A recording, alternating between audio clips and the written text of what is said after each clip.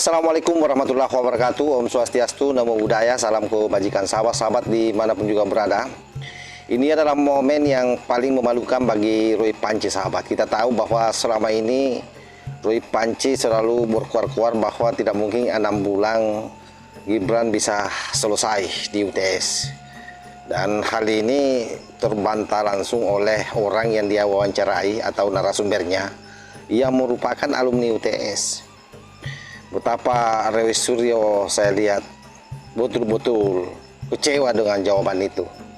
Sebab yang dia harapkan sebenarnya sebagaimana apa yang ada di kepalanya, bahwa selesai di UTS mendapatkan sertifikat itu harusnya 12 bulan. Itu kan yang selama ini ada di kepala Roy Panci.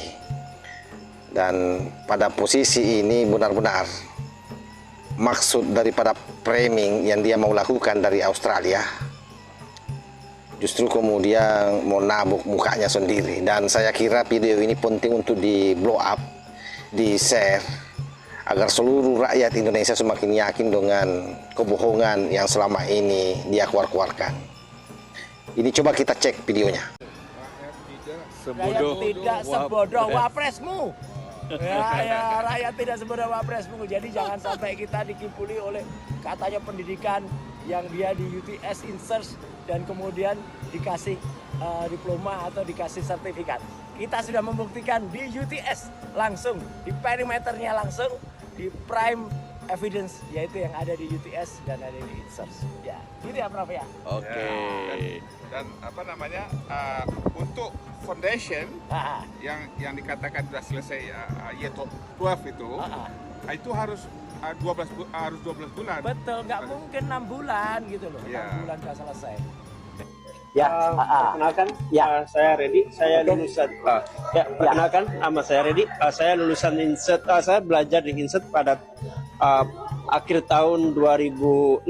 Oke. Ya, kemudian lulus saya 2006. Ya. Lulus 2006 ya? 2006, akhir 2006. Oke, itu Anda di sana, Mas Redi, itu berapa bulan? Saya di Insert itu 6 bulan. Oke, cocok. Kurang lebih 6 bulan. Ya, 6 bulan tuh lulus. Lulus. Oke, dan ketika lulus, dapat surat tanda lulus nggak? Dapat. Dapat ya? Dapat. Oke, Bisa dibuktikan. waktu nanti akan membuktikan. Oke, sementara cukup itu dulu, Mas Redi. Ada yang lain? Saya kira jelas, sahabat ya. Dari pernyataan ini benar-benar membuat dia sangat lemas, loyo, dan terkesan sangat emosi. Bahkan dia langsung berupaya mengalihkan ke narasumber lain. Tetapi apapun juga itu, ini terlanjur terblow up. Sehingga seluruh upaya, seluruh narasi yang disampaikan Panci setelah ini, itu saya kira sudah tidak ada gunanya. Kecuali memang terhadap mereka orang-orang yang memiliki kebencian yang dalam, yang sudah dari awal memang sangat berharap Gibran Rakabuming Raka itu bisa malu dari hasil informasi, dari hasil penelitian yang dilakukan oleh Panci. Padahal di sana dia salah sasaran. Orang yang dia temui justru adalah alumni dari UTS. Dia membuktikan persis sama dengan Gibran Rakabuming Raka, yaitu 6 bulan sudah dapat sertifikat, yang selama ini dibantah habis-habisan oleh Roy Panci CS. Sungguh memalukan, sahabat ya. Saya puas sebenarnya melihat konten ini, sekalipun begitu singkat karena dia langsung alihkan. Dan coba lihat, putar kembali ya, bagaimana orang yang diwawancara itu begitu sangat bersemangat menjawab. Sangat luar biasa, sahabat. Dan hal yang paling membuat juga kita malu sebenarnya sebagai rakyat Indonesia, karena biar bagaimanapun juga Roy Suryo ini adalah orang Indonesia ya. Ketika dia lelang bukunya dengan harga yang murah, kan selama ini dia jual 500. Ternyata di sana dia jual 200, tidak ada satu pun yang beli, sahabat.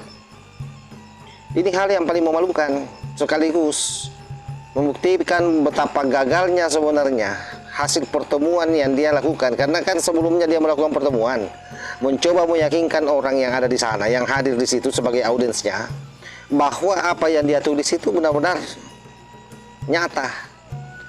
Tapi justru berbalik, pasca orang mendengar apa yang disampaikan oleh Roy Panci, paparan tentang bukunya, tentang kebohongannya yang dia tulis, Justru kemudian orang-orang yang ada di sana pada tidak ada yang beli, tidak tertarik.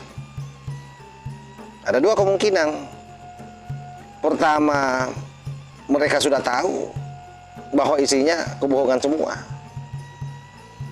Yang kedua, memang tidak mau tahu dengan apa yang diperjuangkan oleh Roy Suryo dan tidak mau menanggung beban. Karena kalau dia beli, artinya dia menanggung beban pembiayaan Roy Panci kan. Pintar ini orang-orang yang ada di sana.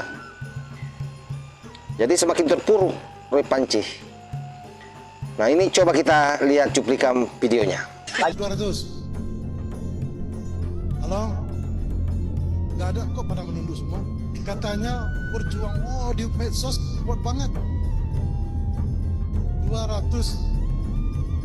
Nggak ada yang mau beli. Ayo 200, tidak ada, masa 200? Pak Agus banyak berat banget loh. Ini di Sampai ngemis ya. Di sini mendorong berdua, luar biasa bersama Pak Agus ini. Ayo siapa lagi? 200. Ada? Di atas 200 maksudnya.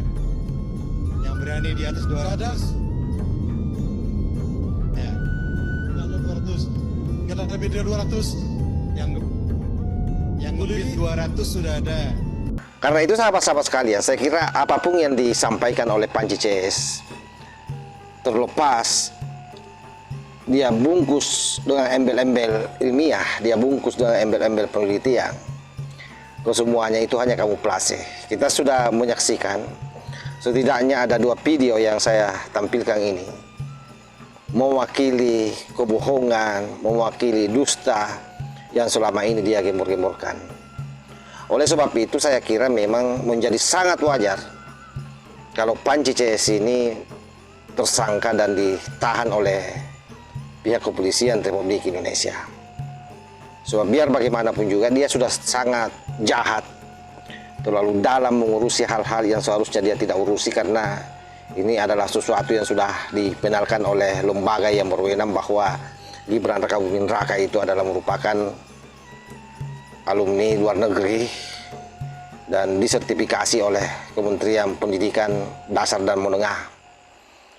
Bahwa kemudian dia curiga, ya silahkan curiga saja, tapi kan tidak seharusnya seperti ini gayanya yang sampai kemudian membuat dirinya malu sendiri.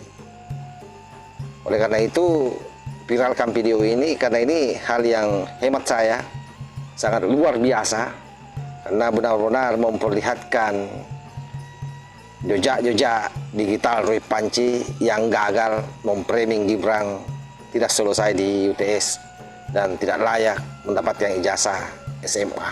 Tapi rupanya berbalik sahabat ya, kita saksikan sendiri, bukunya pun tidak laku.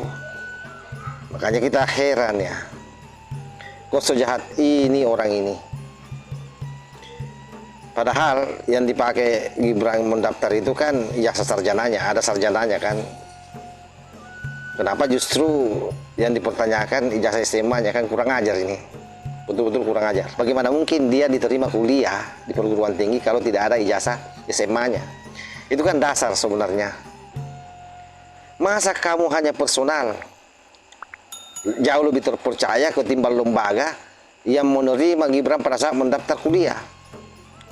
Kan jelas sekali ada dilampirkan ijazah SMA yang sudah dilegalisir, ataupun misalnya yang sudah disodarakan.